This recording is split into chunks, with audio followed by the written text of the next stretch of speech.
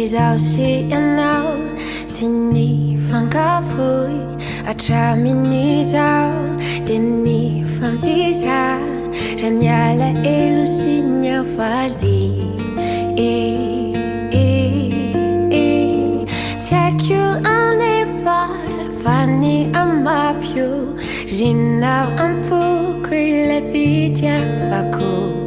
fa saingy indrisy fanyazy no tonga mialoha ka dia nyemotrao naleko nange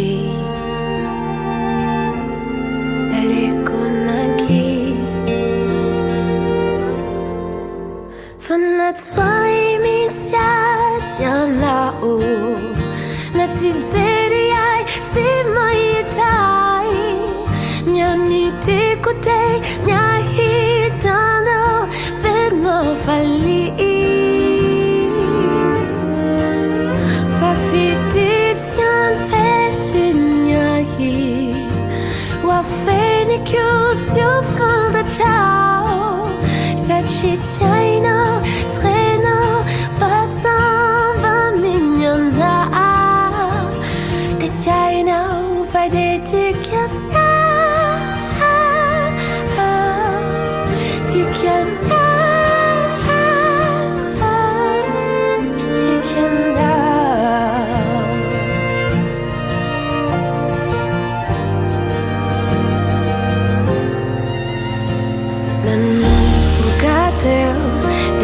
sarotra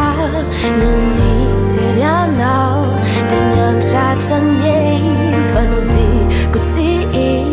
dasary afaly nanona seoko niezakekanyao nijery oloka fa tsy natsintsy anao na dia kelias ka zany mahatonga ambora ka ny ato ampo fa dia nyemotra